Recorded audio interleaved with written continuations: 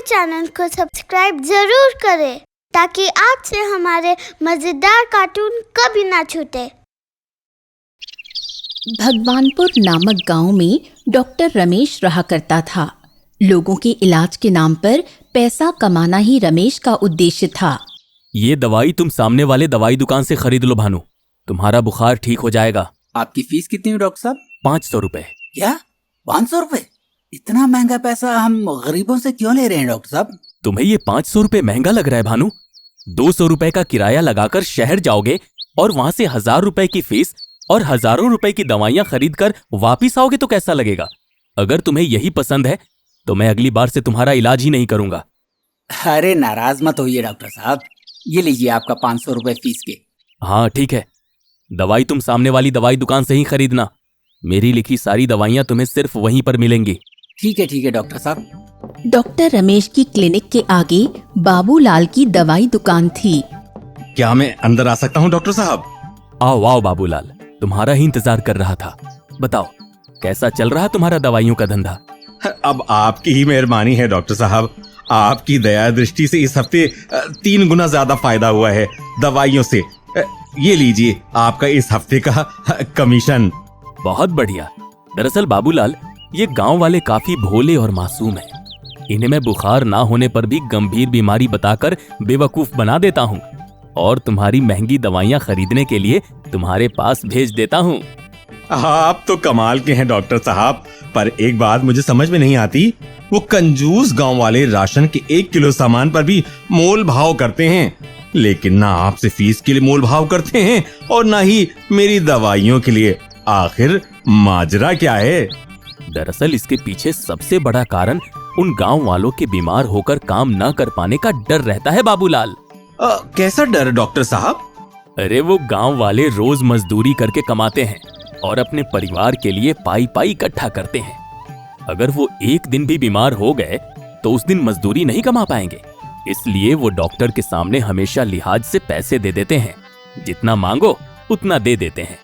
हम तो बस उनके इसी डर का फायदा उठाते हैं। हाँ, समझ में आया कि डॉक्टर की डिग्री लेने में खूब सारी पढ़ाई तो लगती है, पर आपके जैसा शातिर दिमाग में मिलता है। अच्छा, मैं चलता हूँ डॉक्टर साहब, नमस्कार। इस बाबूलाल को क्या मालूम कि मेरी ये डॉक्टर की डिग्री असली ही नहीं है। मैंने तो ये डिग्री पैसे देकर बनवाई है। डॉक्टर रमेश गांव वालों की मासूमियत का फायदा उठाकर उनसे इलाज के नाम पर खूब सारे पैसे ऐंठ रहा था। तभी गांव में डॉक्टर सिद्धार्थ का आना हुआ। अरे कुछ सुने हो भानु? गांव में एक नए डॉक्टर साहब आए हैं, बहुत ही सस्ते इलाज कर रहे हैं। हाँ, अरे केवल 50 रुपए उनकी फीस है और वो दवाई भी खुद ही देते हैं, वो भी मामूली पैसों में। हाँ, क्या बस 50 रुपए फीस लेते हैं? सच कह रहे हो रामबली? अरे भला मैं क्यों झूठ बोलने लगा भानु? अभी कल ही अम्मा को उनके पास से दिखा कर लाया हूँ। हाँ, यकीन नहीं करोगे तुम, लेकिन 100 रुपए में फीस भी हो गई और उनकी दवाई भी। हाँ। अरे इतना सस्ता इलाज भी भला कोई कैसे कर सकता है? अभी कल ही तो डॉक्टर रमेश ने पूरे 800 रुपए का इलाज किया था मेरा। कुछ तो बात होगी, तभी तो इतना सस्ता इलाज कर रहे हैं वो। और अम्मा भी उनकी दवाई से बिल्कुल ठीक हो गई है। हाँ। अच्छा, नए वाले डॉक्टर साहब का नाम क्या है? उनका नाम हाँ डॉक्टर सिद्धार्थ नाम है उनका। हाँ, वो बड़े तालाब के पास उनकी क्लिनिक अभी नई खुली है। कम पैसों में इलाज करने और दवाइयाँ देने की वजह से डॉक्टर सिद्धार्थ के पास पूरे गांव के लोग जाने लगे। उनकी क्लिनिक के बाहर लंबी कतार लगने लगी। ये लो बबलू, ये दवाई रोज रात को खाने के बाद खाना है और दूसरी सुबह खाली पेट खाना है। आप तो भगवान हैं डॉक्टर साहब, मुझे यकीन नहीं हो रहा कि इतने कम पैसों में मैं अपना इलाज करवा ले रहा हूँ। मेरे लिए पैसे मायने नहीं रखते बबलू, पैसे तो शहर में बहुत कमा सकता था। मुझे 3 बड़े अस्पतालों ने मोटी तनख्वाह पर अपने यहाँ चिकित्सा करने के लिए बुलाया था। फिर आप गए क्यों नहीं वहाँ डॉक्टर साहब? मैंने गांव से निकलकर शहर तक पहुँचने और वहाँ डॉक्टर बनने की पढ़ाई करने के लिए बहुत मेहनत की है। दरअसल मेरे माँ पिताजी मुझे पढ़ाने के लिए अपनी सभी सुख सुविधाओं से कटौती करने लगे थे। वो थोड़ा बहुत बुखार और बीमारी सह लेते थे, पर अपना इलाज नहीं करवाते थे, क्योंकि मुझे पढ़ाने के लिए उन्हें पैसे इकट्ठा करना रहता था। इसी कश्मकश में एक दिन दोनों ही गंभीर बीमारी से चल बसे। तब मुझे समझ आया कि गांव वालों के लिए सस्ते इलाज की क्या अहमियत होती है। अगर गांव में कोई सस्ता इलाज उपलब्ध होता तो आज मेरे माँ पिता भी जिंदा होते। आपकी कहानी सुनकर बहुत दुख हुआ डॉक्टर साहब। वाकई आप बहुत नेक काम कर रहे हैं। ज्यादा परेशान होने की जरूरत नहीं है। ये दवाइयाँ 3 दिनों की है। उसके बाद एक बार आकर मुझे दिखा देना, ताकि मुझे यकीन हो जाए कि तुम पूरी तरह ठीक हो चुके हो। ठीक है? अच्छा ठीक है डॉक्टर साहब, मैं चलता हूँ। नमस्कार। 3 दिन बाद ध्यान से दिखाने आ जाना बबलू। वापस देखने की मैं कोई फीस नहीं लूंगा।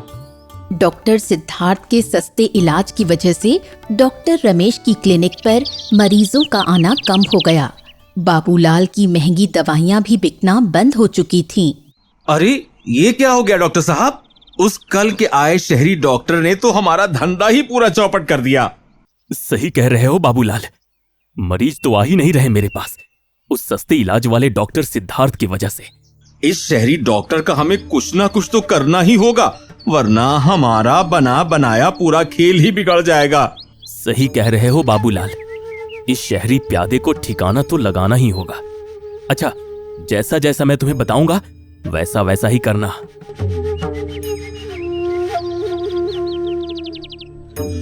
क्या हमारा ये प्लान कामयाब होगा डॉक्टर साहब? बिल्कुल कामयाब होगा, बस तुम देखते जाओ। रमेश ने डॉक्टर सिद्धार्थ को बदनाम करने की चाल चली। अब वो अपने यहाँ आने वाले मरीजों से डॉक्टर सिद्धार्थ की बुराई करने लगा। नमस्कार डॉक्टर साहब, वो पिछले बार की दवा से आराम मिल गया था। आपने वापस बुलाया था इसलिए दिखाने चला आया। आओ बैठो भानु, कैसे हो अब बताओ? अभी तो पूरी तरह ठीक हो चुका हूँ डॉक्टर साहब। उम्मीद है अब आपके पास दोबारा इलाज के लिए आने की जरूरत नहीं पड़ेगी। अरे वाह, बहुत बढ़िया। लेकिन तुम्हें सावधान रहना होगा भानु। गांव में डॉक्टर के भेष में एक बहरूपिया आया है, जो लोगों को सस्ते इलाज के नाम पर नशे की दवाई बांट रहा है। तुम उस चंगुल में फंस मत जाना कभी। क्या वो बहरूपिया है? पर मेरे दोस्त ने तो कहा था कि बहुत अच्छा इलाज करता है वो भी, साथ ही खुद ही सस्ती दवाइयाँ भी देता है। हाँ, तभी तो मामूली फीस लेकर तुम बेचारे गांव वालों को फंसा लिया है उसने। सोचो, मैं तुम लोगों को दवाई दुकान से दवाई खरीदने के लिए कहता हूँ, पर वो दवाई खुद क्यों देता है? क्यों डॉक्टर साहब? क्योंकि वो दवाई के नाम पर नशे की गोलियां खिलाता है मरीजों को, जिससे उस नशे की उन मरीजों को लत लग जाए और वे बार बार उस बहरूपिये के पास जाएं। अच्छा, तभी उसकी क्लिनिक के बाहर लोग लंबी कतार लगाकर खड़े रहते हैं। बेचारे सब नशे की लत में आ गए। हाँ, इसलिए तो कह रहा हूँ भानु, तुम संभल कर रहना और अपने साथियों को भी उस बहरूपिये से बचने की हिदायत देना। अरे मैं ना जाने कितने सालों से तुम लोगों का इलाज कर रहा हूँ। मेरी दवाइयों से तुम लोग सिर्फ ठीक हुए हो। मैंने कभी नशे की गोली देकर तुम लोगों को मारने की कभी कोशिश नहीं की। अच्छा हुआ डॉक्टर साहब, आपने मुझे बचा लिया। मैं अभी जाकर सबको रोकूंगा उसके पास जाने से। भला हम गरीब क्या जान पाते उस बहरूपिये की चाल को, अगर आप मुझे ना बताते। भानु के निकलते ही डॉक्टर रमेश की क्लिनिक पर बाबूलाल फिर आता है। क्या हुआ डॉक्टर साहब? कुछ बात बनी? मैं जो प्लान बनाऊं और वो कामयाब ना हो, ऐसा कभी हो सकता है? अरे क्या हुआ, मुझे भी तो बताइए। मैंने उस भानु को हमारी नशे की गोली वाली कहानी सुना दी है। अब वो खुद जाकर सारे गांव वालों को उस शहरी डॉक्टर के खिलाफ भड़का देगा। मैंने चिंगारी बिल्कुल सही जगह सुलगाई है बाबूलाल।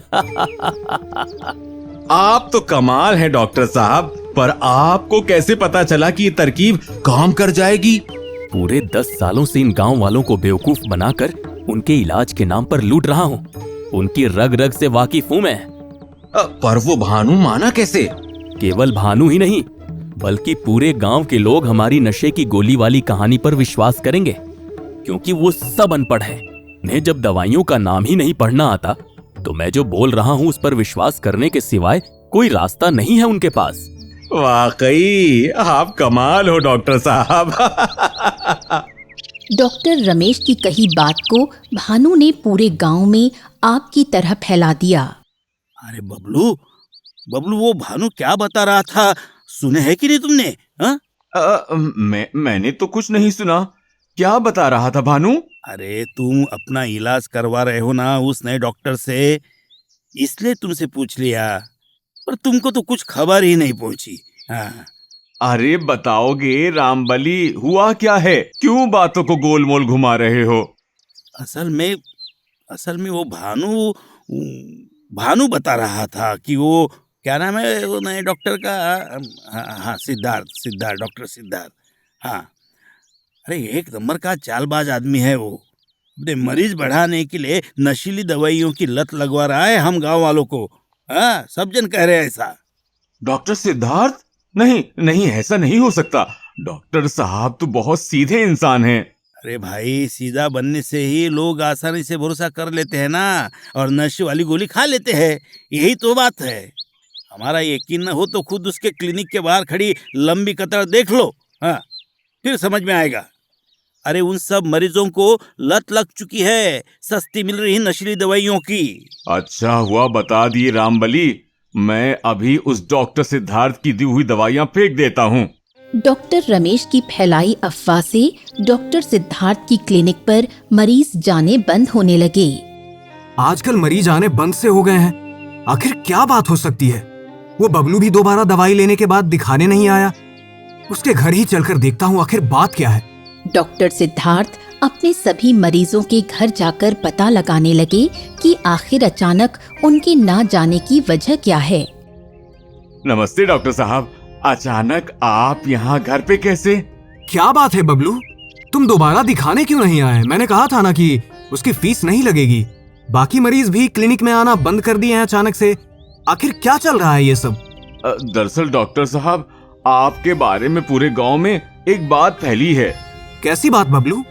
यही कि आप जो दवाइयाँ देते हैं वो नशे की दवाइयाँ हैं, ताकि आप मरीजों को बार बार आप अपने पास बुला सकें।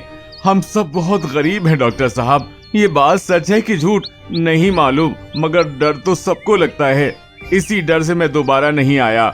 मतलब सस्ते इलाज और सस्ती दवाइयाँ देकर लोगों की सेवा का ये फल मिल रहा है मुझे?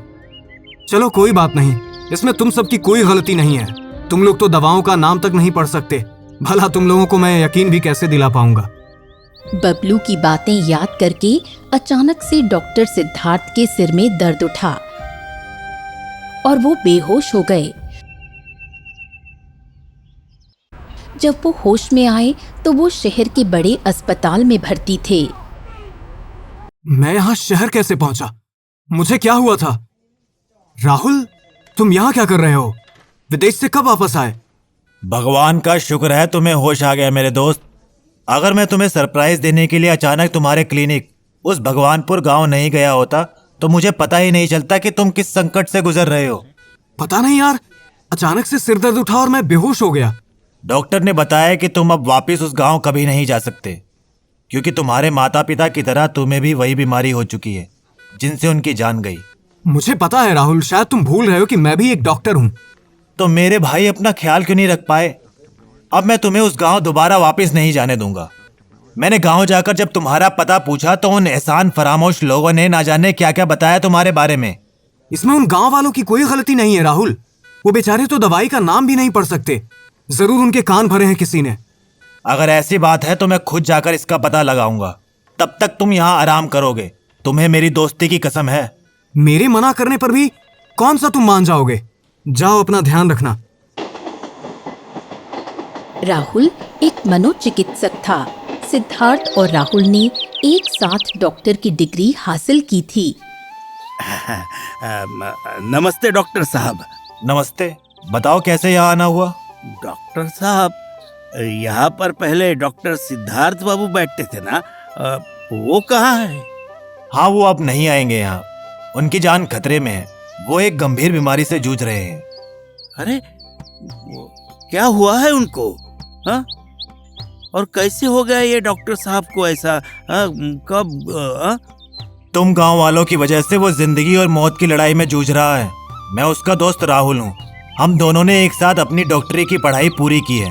सिद्धार्थ का शुरू से यही सपना था कि मेडिसिन डिपार्टमेंट से वो अपनी डॉक्टरी पूरी करके गांव वालों का सस्ता इलाज करेगा। तुम लोगों को महंगी दवाइयाँ ना खरीदनी पड़े, इसलिए मामूली दामों में मिल जाने वाली जेनेरिक दवाइयाँ भी ले रखी थी। वही दवाइयाँ सैकड़ों रुपए में अंग्रेजी कंपनियां बेचती है। लेकिन उन्हीं जेनरिक दवाइयों को नशे की गोली समझकर तुम लोगों ने अफवाह उड़ाई। सिद्धार्थ इस बात का तनाव नहीं झेल पाया और गंभीर बीमारी ने उसे जकड़ लिया। आज वो अस्पताल में है। राहुल बाबू, मैं बहुत शर्मिंदा हूँ, बहुत शर्मिंदा हूँ। वो सब छोड़िए, ये बताइए कैसे आना हुआ। अब मैं क्या बताऊँ डॉक्टर साहब, 2 दिन से उल्टी दस्त रुकने का नाम ही नहीं ले रही है। सबसे बड़ी बात तो ये है कि ये हाल सिर्फ मेरा ही नहीं, पूरे गांव के लोगों का हुआ है। मानो अचानक से उल्टी दस्त की बीमारी की लहर फैल गई हो पूरे गांव में। उस डॉक्टर रमेश ने 2 दिन में पूरे 3000 की दवाइयाँ कर डाली, पर कोई राहत नहीं है, कोई राहत नहीं है। सबके साथ यही हाल है। इलाज के नाम पर बस पैसे जा रहे हैं, पर राहत नहीं मिल पा रही है बिल्कुल भी। हाँ, कोई राहत नहीं। ये तो डायरिया के लक्षण है। इसका इलाज तो सिद्धार्थ ही कर पाएगा। वो इसी बीमारी पर अपना रिसर्च किया है। अफसोस है तुम लोगों ने उसे इस लायक भी नहीं छोड़ा।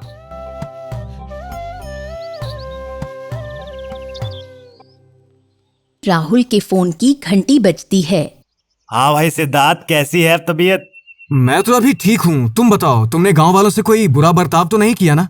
मैं क्यों गांव वालों से बुरा बर्ताव करूंगा? उन बेचारों का तो खुद ही बुरा हाल है। क्या हुआ? ऐसे क्यों बोल रहे हो? मुझे लगता है कि पूरे गांव में डायरिया रोग फैल गया है। उस दूसरे डॉक्टर की भी दवाइयां कोई काम नहीं कर रही इन गांव वालों पर। मुझे इन गांव वालों का रहन सहन देखकर इसी बात का डर था। मैं आ रहा हूँ। पर तुम्हें आराम की जरूरत है। कोई परवर नहीं, मैं आ रहा हूँ। डॉक्टर सिद्धार्थ अपनी जान की परवाह किए बगैर सीधे भगवानपुर आ गए। आते ही उन्होंने देखा डायरिया से पीड़ित गांव वालों का जमावड़ा लग चुका था। आप आ गए? हमें माफ कर दीजिए डॉक्टर साहब, हम सब आपके गुनाहगार हैं। हमें बचा लीजिए डॉक्टर साहब। माफी मत मांगिए, इसमें आप लोगों का कोई कसूर नहीं है। वैसे अभी इन बातों का वक्त नहीं है हमारे पास। इस बीमारी से बचने के लिए आप सभी को सबसे पहले तो अपने रहन सहन में सुधार लाना पड़ेगा। हमारे गांव में फैली गंदगी की सफाई में हाथ बटाना होगा। लेकिन उससे भी पहले आप सभी ये दवाइयां खा लीजिए। ये दवाई ही आप सभी को ठीक कर सकती है। लेकिन तब तक ही आप लोग इस डायरिया से बचे रह पाएंगे जब तक आप अपने आसपास सफाई मौजूद रखेंगे। डॉक्टर सिद्धार्थ की दवाई ने सभी गांव वालों को डायरिया से मुक्त कर दिया। लेकिन उनकी गंभीर बीमारी ने डॉक्टर सिद्धार्थ को उन गांव वालों से हमेशा के लिए दूर कर दिया। हम गांव वालों के प्राणों की रक्षा करने वाले इस महापुरुष का एहसान हम कभी नहीं भुला सकते। इस डॉक्टर रमेश की लालच की वजह से हमारा पूरा गांव गलत फहमी का शिकार हुआ। अगर हम उस पर भरोसा न किए होते तो शायद डॉक्टर सिद्धार्थ जिंदा होते। गांव वालों से शर्म के मारे मुंह छुपाते हुए डॉक्टर रमेश और बाबूलाल गांव छोड़कर भाग गए। डॉक्टर सिद्धार्थ को स्मृतियों में हमेशा जीवित रखने के लिए सभी गांव वालों ने मिलकर एक अस्पताल बनवाया, जिसका नाम डॉक्टर सिद्धार्थ के नाम पर निशुल्क सेवा के साथ रखा गया।